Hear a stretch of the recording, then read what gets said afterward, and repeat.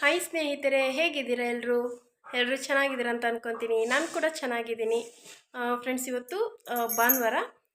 ಇವತ್ತಿನ ವಿಡಿಯೋ ನಿಮ್ಮ ಹತ್ರ ಶೇರ್ ಮಾಡ್ಕೊಳ್ಳೋಣ ಅಂತ. ಅಂದರೆ ಇವತ್ತು ನನ್ನ ದಿನಚರಿನ ಶೇರ್ ಮಾಡ್ಕೊತಾ ಇದ್ದೀನಿ. ಇದರಲ್ಲಿ ಬ್ಲಾಗ್ ಮಾಡಿ ಹಾಕೋಣ ಅಂತ. ಸೊ ನಿಮ್ಮೆಲ್ಲರ ಸಪೋರ್ಟು ನಮಗೆ ಬೇಕು, ಎಲ್ಲರೂ ಸಪೋರ್ಟ್ ಮಾಡಿ ಅಂತ ಕೇಳ್ಕೊತೀನಿ.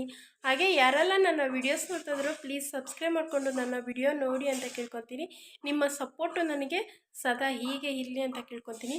ತುಂಬ ಜನ ನನ್ನ ಒಂದು ವಿಡಿಯೋಗೆ ಸಬ್ಸ್ಕ್ರೈಬ್ ಮಾಡ್ಕೊಂಡಿದ್ದೀರಾ, ಲೈಕ್ ಕೊಟ್ಟಿದ್ದೀರಾ, ತುಂಬ ಧನ್ಯವಾದ ಹೇಳ್ತೀನಿ ಅದಕ್ಕೆ.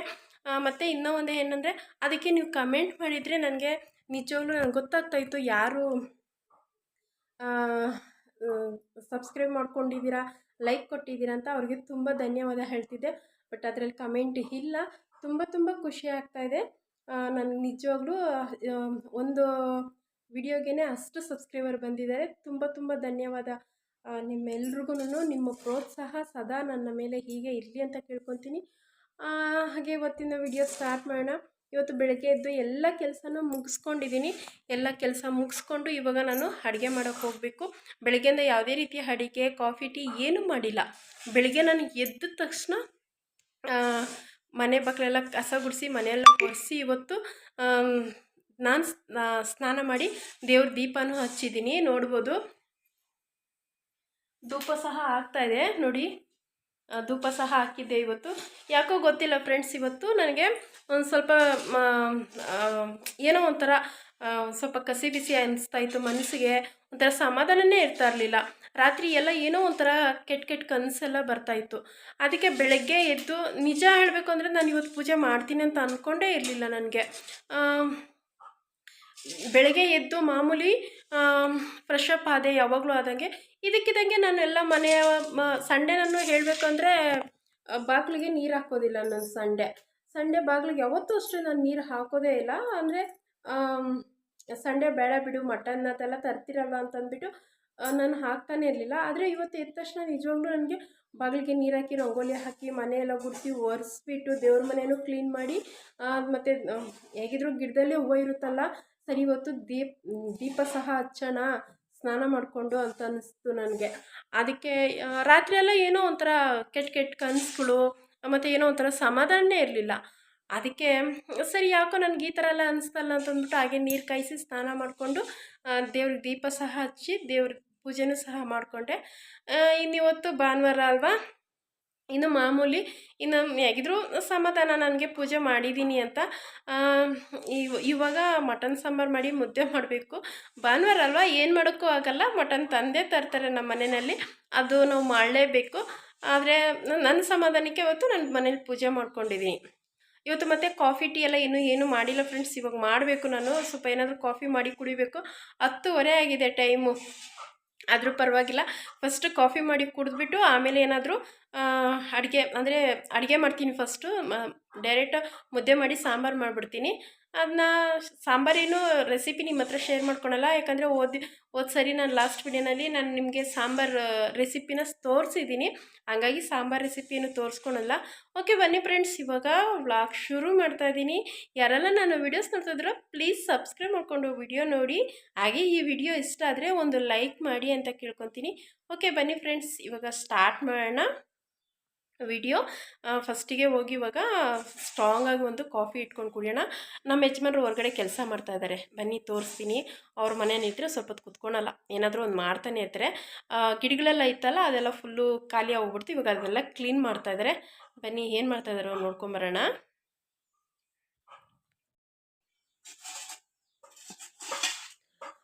ಅವರೆಲ್ಲ ಅದೆಲ್ಲ ಮುಂಚೆ ಗಿಡ ಹಾಕಿದ್ರಲ್ಲ ಫ್ರೆಂಡ್ಸ್, ಅದೆಲ್ಲ ಕಿತ್ತಾಕ್ಬಿಟ್ಟು ಇವಾಗೆಲ್ಲ ಕ್ಲೀನ್ ಮಾಡ್ತಾಯಿದ್ದಾರೆ.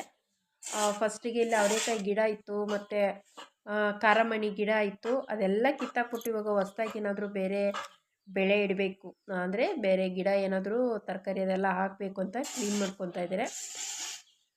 ಬಿಸಿಲು ವಿಪರೀತ ಬಿಸಿಲಿದೆ. ಇನ್ನು ಮನೆ ಮುಂದೆ ಈ ಥರ ಸಿಂಪಲ್ಲಾಗಿ ಒಂದು ರಂಗೋಲಿ ಹಾಕ್ಕೊಂಡಿದ್ದೀನಿ. ಸಿಂಪಲ್ಲಾಗಿದೆ ರಂಗೋಲಿ. ದೇವ್ರ ಪೂಜೆ ಎಲ್ಲ ಮುಗಿಸಿದ್ದ ಆದಮೇಲೆ ಈಗ ಅಡುಗೆ ಮನೆಯಲ್ಲಿ ಏನು ಕೆಲಸ ಇದೆ ನೋಡಬೇಕು. ರಂಗೋಲಿ ಚೆನ್ನಾಗಿದ್ದರೆ ಪ್ಲೀಸ್ ಕಮೆಂಟ್ ಮಾಡಿ ಹೇಗಿದೆ ಅಂತ. ನೋಡಿ ಯಾವ ಥರ ಇದೆ, ಸಿಂಪಲ್ ಆಗಿದೆಯಲ್ವಾ ರಂಗೋಲಿ. ಪೂಜೆನೂ ಅಷ್ಟೇ ಸಿಂಪಲ್ಲಾಗಿ ಮಾಡಿದ್ದೀನಿ. ಯಾವಾಗಲೂ ಸಾಮಾನ್ಯವಾಗಿ ನಾನು ಭಾನುವಾರ ಪೂಜೆ ಮಾಡಬೇಕು ಅಂತ ಅನಿಸಿಲ್ಲ, ಬಟ್ ಇವತ್ತು ಮಾಡಬೇಕು ಅಂತ ಅನಿಸಿದೆ, ಮಾಡಿದ್ದೀನಿ. ಸಮಾಧಾನ ಆಗಿದೆ ನನಗೆ. ಅಡುಗೆ ಮನೆಗೆ ಹೋಗೋಣ ಬನ್ನಿ ಫ್ರೆಂಡ್ಸ್. ಇನ್ನು ಅಡುಗೆ ಮನೆಗೆ ಬಂದರೆ ಇಲ್ಲಿ ನೋಡಿ ಮಟನ್ ತಂದಿಕ್ಕಿದ್ದಾರೆ. ನಾನು ನೈಟೇ ಅಡುಗೆ ಮನೆ ಎಲ್ಲ ಕ್ಲೀನ್ ಮಾಡ್ಕೊಳೋದ್ರಿಂದ ನನಗೆ ಅಡುಗೆ ಮನೇಲಿ ಅಷ್ಟೊಂದು ಕೆಲಸ ಏನು ಇರೋದಿಲ್ಲ. ಬೆಳಗ್ಗೆ ಟೈಮು ಅಡುಗೆ ಮಾಡಿದ್ರೇ ಒಂದು ಸ್ವಲ್ಪ ಕೆಲಸ. ಇದು ಹಾಲು ನೋಡಿ, ಹಾಲು ಕಾಯಿಸಿಟ್ಟಿದ್ದೆ. ಈಗ ಕೆನೆ ಬೇರೆ ತೆಗ್ದಿಡಬೇಕು, ಕೆನೆ ತೆಗ್ದಿಡ್ತೀನಿ. ಈಗ ಫಸ್ಟಿಗೆ ಕಾಫಿ ಮಾಡಿ ಕುಡಿತೀನಿ. ಮತ್ತು ಇಲ್ಲಿ ಮಟನ್ ತಂದಿಟ್ಟಿದ್ದಾರೆ ಫ್ರೆಂಡ್ಸ್. ಅರ್ಧ ಕೆ ಜಿ ಥರ ಕೇಳಿದ್ದೆ, ಅರ್ಧ ಕೆ ಜಿ ತಂದಿದ್ದಾರೆ. ಅರ್ಧ ಕೆ ಜಿನ 1 ಕೆ ಜಿನೋ ಗೊತ್ತಿಲ್ಲ. 1 ಕೆ ಜಿನೇ ಅನ್ಕೊತೀನಿ. ಓಕೆ ಬನ್ನಿ ಫ್ರೆಂಡ್ಸ್, ಇವಾಗ ಸ್ಟಾರ್ಟ್ ಮಾಡ್ತೀನಿ. ಬೆಳಗ್ಗೆಯಿಂದ ನಾನು ಕಾಫಿ ಟೀ ಆಗಿರ್ಬೋದು, ಟಿಫನ್ ಆಗಿರ್ಬೋದು ಏನೂ ಮಾಡಿರಲಿಲ್ಲ, ಏನೂ ಕುಡಿದೂ ಇರಲಿಲ್ಲ. ಟೈಮ್ ಬಂದು 10:30 ಆಗಿದೆ. ಈ ಒಂದೊಂದು ಸರಿ ಹೀಗೆ ಆಗುತ್ತೆ. ಕಾಫಿ ಟೀ ಅದ್ರ ಕಡೆ ನನಗೆ ಇಂಟ್ರೆಸ್ಟೇ ಇರೋದಿಲ್ಲ ಫ್ರೆಂಡ್ಸ್, ಕುಡಿಬೇಕು ಅಂತ. ಆ ಚಳಿಗಾಲದಲ್ಲಿ ಸ್ವಲ್ಪ ಎಂಥವ್ರಿಗೂ ಅಷ್ಟೇ ಸ್ವಲ್ಪ ಬಿಸಿ ಬಿಸಿ ಏನಾದರೂ ಕುಡಿದ್ರೆ ಚೆನ್ನಾಗಿರುತ್ತೆ ಅಂತ. ಈ ಬೇಸಿಗೆ ಕಾಲದಲ್ಲಿ ನಾನು ಅದ್ರದ್ದು ಅಂತೂ ಕುಡಿಬೇಕು ಅಂತ ಅನಿಸೋದೇ ಇಲ್ಲ. ಅದಕ್ಕೆ ಇವಾಗ ಏನಾದರೂ ಸ್ವಲ್ಪ ಕಾಫಿ ಮಾಡ್ಕೊಂಡು ಕುಡಿತೀನಿ. ಯಾಕಂದರೆ ಸ್ವಲ್ಪ ಹೊಟ್ಟೆ ಹಸಿವು ಬೇರೆ ಆಗುತ್ತೆ. ಅಂದರೆ ಡೈರೆಕ್ಟಾಗಿ ಅಡುಗೆನೇ ಮಾಡಿಬಿಡ್ತೀನಿ, ಟಿಫನೆಲ್ಲ ಏನೂ ಮಾಡೋದಕ್ಕೆ ಹೋಗಲ್ಲ.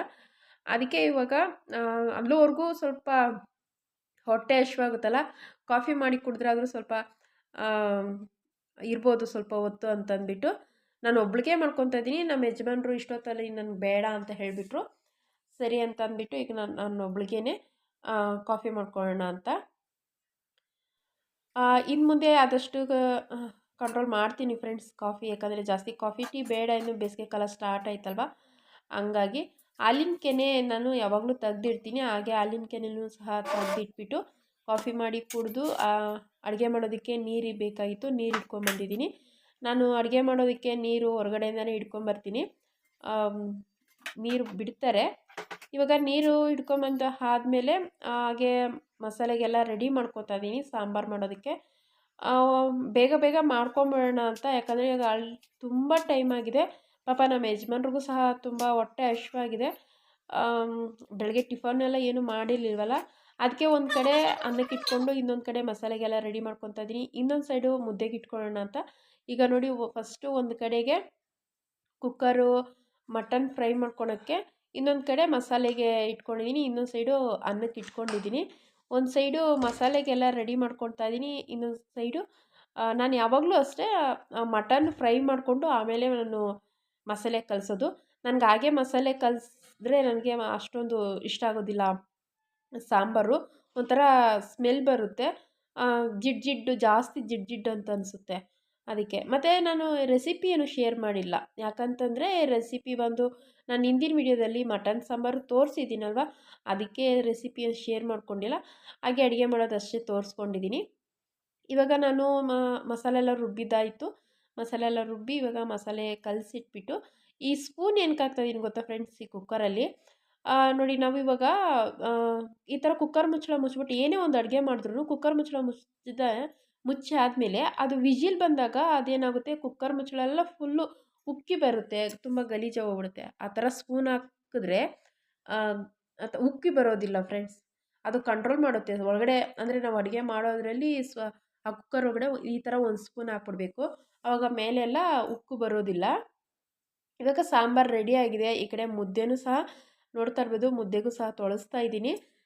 ಸ್ಪೂನ್ ತೆಗೆದು ಇಡೋಣ ಅಂತಂದ್ಬಿಟ್ಟು.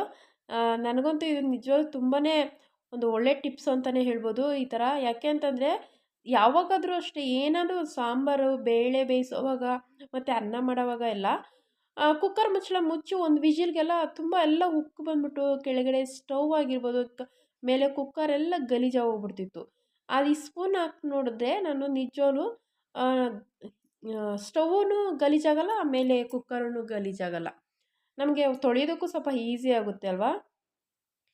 ಇವಾಗ ಸಾಂಬಾರೆಲ್ಲ ರೆಡಿ ಮಾಡಿಕೊಂಡೆ. ಹಾಗೆ ಅಲ್ಲಿ ಸ್ವಲ್ಪ ಪಾತ್ರೆಗಳೆಲ್ಲ ತೊಳೆಯೋದಿತ್ತು, ಅದನ್ನೆಲ್ಲ ತೊಳೆಯೋದಕ್ಕೆ ಎತ್ತಾಕ್ತಾಯಿದ್ದೀನಿ. ಮತ್ತು ಮಣೆ ನಾವು ತರಕಾರಿ ಕಟ್ ಮಾಡ್ತಿರಲ್ಲ ಕಟ್ಟಿಂಗ್ ಬೋರ್ಡು, ಅದನ್ನ ನಾನು ಜಾಸ್ತಿ ನೀರಲ್ಲಿ ಹಾಕಿ ತೊಳೆಯೋದಿಲ್ಲ. ಈ ಥರ ಅಡುಗೆ ಮಾಡೋವಾಗ ಇಟ್ಕೊಂಡಿರ್ತೀನಲ್ವ ನೀರು, ಅದರಲ್ಲಿ ಈ ಥರ ತೊಳೆದ್ಬಿಟ್ಟು ಒಂದು ಬಟ್ಟೆನಲ್ಲಿ ಕಾಟನ್ ಬಟ್ಟೆನಲ್ಲಿ ಒರೆಸಿಡ್ತೀನಿ. ಇಲ್ಲ ಅಂತಂದರೆ ಅದು ಪಾಚಿ ಕಟ್ಕೊಂಡ್ಬಿಡುತ್ತೆ, ಕಪ್ಪು ಕಪ್ಪು ಕಲೆ ಹೋಗ್ಬಿಡುತ್ತೆ ನಾವು ಒರೆಸಿ ಇಟ್ಟಿಲ್ಲ ಅಂದರೆ.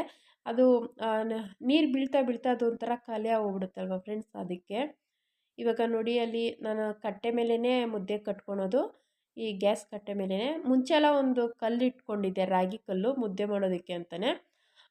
ಈಗ ನಾನು ಮನೆ ಸ್ವಲ್ಪ ಆಲ್ಟ್ರೇಷನ್ ಮಾಡಿಸ್ಕೊಂಡಾದ್ಮೇಲೆ ಆ ಕಲ್ಲನ್ನ ನಾನು ಇಟ್ಕೊಂಡಿಲ್ಲ, ಈ ಕಟ್ಟೆ ಮೇಲೇ ಮಾಡ್ಕೊತೀನಿ. ನೋಡ್ತಾ ಇರ್ಬೋದು. ಇವಾಗ ಮುದ್ದೆ ಅದು ಸ್ವಲ್ಪ ಟೈಮ್ ಆಗಿದೆ ಅಲ್ಲ, ನಮ್ಮ ಯಜಮಾನ್ರು ಪಾಪ ಏನು ಮಾತಾಡಿಲ್ಲ. ಮನೇಲಿದ್ದರೆ ಅವ್ರಿಗೆ ಗೊತ್ತು ಸ್ವಲ್ಪ ಲೇಟಾಗಿ ಊಟ ಮಾಡ್ತಾರೆ ಅಂತ. ಕೆಲ್ಸಕ್ಕೆ ಹೋದರೆ 10-10:30ಗೆಲ್ಲ ಊಟ ಮಾಡಿಬಿಡ್ತಾರೆ.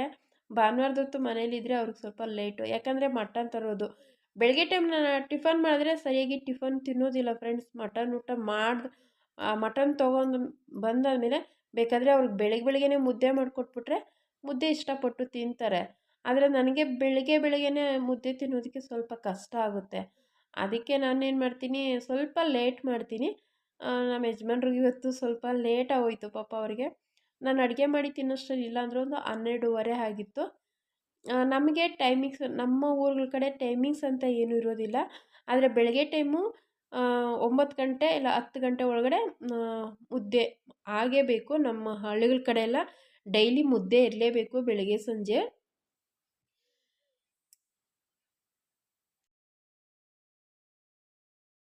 ನಮ್ಮ ಯಜಮಾನ್ರು ಅವರು ಮನೆಯಲ್ಲೇ ಇದ್ದರೆ ನಾನು ಬೆಳಗ್ಗೆ ಸಂಜೆ ಮಾಡ್ತೀನಿ ಮುದ್ದೆ. ಅವ್ರ ಮನೇಲಿಲ್ಲ ಅಂದರೆ ನಾನು ಒಬ್ಬಳಿಗೆ ಏನಾದರೂ ಟಿಫನ್ ಮಾಡ್ಕೊತೀನಿ. ನೈಟ್ ಹೊತ್ತು ಮಾತ್ರ ಮುದ್ದೆ ಮಾಡ್ತೀನಿ. ಇವಾಗ ಮುದ್ದೆ ಸಾಂಬಾರೆಲ್ಲ ಆಯಿತು. ಹಾಗೆ ನಮ್ಮ ಯಜಮಾನ್ರಿಗೆ ಟೈಮ್ ಆಗಿತ್ತಲ್ಲ, ಅದಕ್ಕೆ ನಾನು ಹೇಳಿದೆ, ಸರಿ ತಟ್ಟೆ ಆಗಿ ಸಾಂಬಾರು ಹಾಕೋ, ನಾನು ಮುದ್ದೆ ಮಾಡಿ ಹಾಕ್ತೀನಿ ಅಂತ ಹೇಳಿದೆ. ಅದಕ್ಕೆ ಅವರು ಸಾಂಬಾರು ಹಾಕ್ಕೊತಾ ಇದ್ದಾರೆ, ನಾನು ಹಾಗೆ ಮುದ್ದೆ ಕಟ್ಬಿಟ್ಟು ಹಾಕ್ತಾಯಿದ್ದೀನಿ. ಮಟನ್ ಸಾಂಬಾರು ಹೇಳಬೇಕು ಅಂತಂದರೆ ನಮ್ಮ ಯಜಮಾನ್ರಿಗೆ ಸಾಂಬಾರು ಮುದ್ದೆ ಅಂತಂದರೆ ತುಂಬ ಇಷ್ಟ. ಇನ್ನು ಬಿರಿಯಾನಿ ಮತ್ತು ಬೇರೆ ಏನಾದರೂ ಮಾಡಿದ್ರೆ ಅಷ್ಟೊಂದು ಅವ್ರಿಗೆ ಇಷ್ಟ ಆಗೋಲ್ಲ. ಮುದ್ದೆ ಸಾಂಬಾರೇ ತುಂಬ ಇಷ್ಟಪಡ್ತಾರೆ. ನನಗೂ ಅಷ್ಟೇ, ಒಂದು ಚೆನ್ನಾಗಿ ಸಾಂಬಾರು ಮಾಡಿ ಮುದ್ದೆ ಮಾಡಿ ಅನ್ನ ಮಾಡಿದ್ರೆ ಸಾಕು, ತುಂಬ ಹೊಟ್ಟೆ ತುಂಬ ಊಟನೇ ಮಾಡ್ಬೋದು. ನಮ್ಮ ಕಡೆ ಅಕ್ಕಿ ಜಾಸ್ತಿ ಹಾಕಿ ಮಾಡ್ತಾರೆ ಮುದ್ದೆಗೆ. ನಮ್ಮ ಮನೇಲಿ ಅದೇ ಅಭ್ಯಾಸ ಆಗಿರೋದು. ಬರೀ ರಾಗಿ ಮುದ್ದೆ ಅಂದರೆ ಅಷ್ಟೊಂದು ಅಭ್ಯಾಸ ಆಗಿರಲ್ಲ ನನಗೆ. ಬರೀ ರಾಗಿ ಮುದ್ದೆ ತಿಂದರೆ ನನಗೆ ಹೊಟ್ಟೆ ನೋವೇ ಬಂದುಬಿಡುತ್ತೆ ಫ್ರೆಂಡ್ಸ್. ಅದಕ್ಕೆ ನಾನು ಜಾಸ್ತಿ ರಾಗಿ ಮುದ್ದೆ ನಮ್ಮ ಯಜಮಾನ್ರಿಗೂ ಆಗೋಲ್ಲ, ನನಗೂ ಆಗೋಲ್ಲ. ಹೇಳ್ಬೇಕಂದ್ರೆ ನಮ್ಮ ಮನೇಲಿ ಯಾರಿಗೂ ಬರೀ ರಾಗಿ ಮುದ್ದೆ ಸೆಟ್ ಆಗೋಲ್ಲ. ಈ ಥರ ಜಾಸ್ತಿ ಅಕ್ಕಿ ಹಾಕಿ ಮುದ್ದೆ ಮಾಡಿದ್ರೆ ಎಲ್ಲರೂ ಇಷ್ಟಪಟ್ಟು ತಿಂತಾರೆ, ಮತ್ತು ನಮಗೂ ಅಷ್ಟೇ ಅಭ್ಯಾಸ ಆಗೋಗ್ಬಿಟ್ಟಿದೆ. ಇವಾಗ ಇದಿಷ್ಟೆಲ್ಲ ಆದಮೇಲೆ ಹಾಗೆ ಆ ಕಟ್ಟೆ ಎಲ್ಲ ಕ್ಲೀನ್ ಮಾಡಿಕೊಂಡು ನಾನು ಸಹ ಊಟ ಮಾಡೋಣ ಅಂತ ಅಂದ್ಬಿಟ್ಟು, ಯಾಕಂದರೆ ಬೆಳಗ್ಗೆಯಿಂದ ನಾನು ಸಹ ಏನು ತಿಂದಿರಲಿಲ್ವಲ್ಲ. ಇವಾಗ ನೋಡಿ ತಟ್ಟೆಗೆ ಹಾಕ್ಕೊಂಡಿದ್ದೀನಿ. ನೋಡಿ ಮಾತ್ರ ಬಿಸಿ ಬಿಸಿ ಮುದ್ದೆ ಸಾರು ಸೂಪರಾಗಿತ್ತು. ಸೌತೆಕಾಯಿ ಒಂದಿಲ್ಲ, ಸೌತೆಕಾಯಿ ತೊಗೊಂಬಂದು ಇಟ್ಕೊಬೇಕು ಇನ್ನು ಮುಂದೆ. ನೋಡಿ ಇವಾಗ ಊಟ ಮಾಡ್ತಾಯಿದ್ದೀನಿ. ಒಂದೇ ಒಂದು ಈರುಳ್ಳಿ ಕಟ್ ಮಾಡಿ ಇಟ್ಕೊಂಡಿದ್ದೀನಿ. ಊಟ ಎಲ್ಲ ಆದಮೇಲೆ ಹಾಗೆ ಕಟ್ಟೆ ಎಲ್ಲ ಕ್ಲೀನ್ ಮಾಡಿಕೊಂಡು ಈ ವಿಡಿಯೋನ ಇಷ್ಟಕ್ಕೆ ಮುಗಿಸ್ಕೊತಾ ಇದ್ದೀನಿ ಫ್ರೆಂಡ್ಸ್. ಕೆಲಸ ಎಲ್ಲ ಮುಗಿಸ್ಕೊಂಡೆ. ನಿಮಗೆ ಈ ವಿಡಿಯೋ ಇಷ್ಟ ಆಗುತ್ತೆ ಅಂತ ಅನ್ಕೋತೀನಿ. ಇಷ್ಟ ಆದರೆ ಪ್ಲೀಸ್ ಒಂದು ಲೈಕ್ ಮಾಡಿ ಫ್ರೆಂಡ್ಸ್, ಹೇಗಿತ್ತು ಅಂತ. ಹಾಗೆ ಕಮೆಂಟ್ ಮಾಡಿ ಪ್ಲೀಸ್. ನಿಮ್ಮ ಕಮೆಂಟುಗೋಸ್ಕರ ನಾನು ತುಂಬಾ ನನ್ನ ಈ ವಿಡಿಯೋಸ್ ನಿಮ್ಗೆ ಇಷ್ಟ ಆಗಿದೆಯಾ, ಹೇಗಿದೆ ಅಂತ ಕಮೆಂಟ್ ಮುಖಾಂತರ ತಿಳಿಸ್ತೀರಾ ಅಂತ ಅಂದ್ಕೊತೀನಿ. ಓಕೆ ಫ್ರೆಂಡ್ಸ್, ಈ ವಿಡಿಯೋನ ಇಲ್ಲಿಗೆ ಎಂಡ್ ಮಾಡ್ತಾಯಿದ್ದೀನಿ. ಮತ್ತೊಂದು ವಿಡಿಯೋನಲ್ಲಿ ಸಿಗ್ತೀನಿ. Bye friends.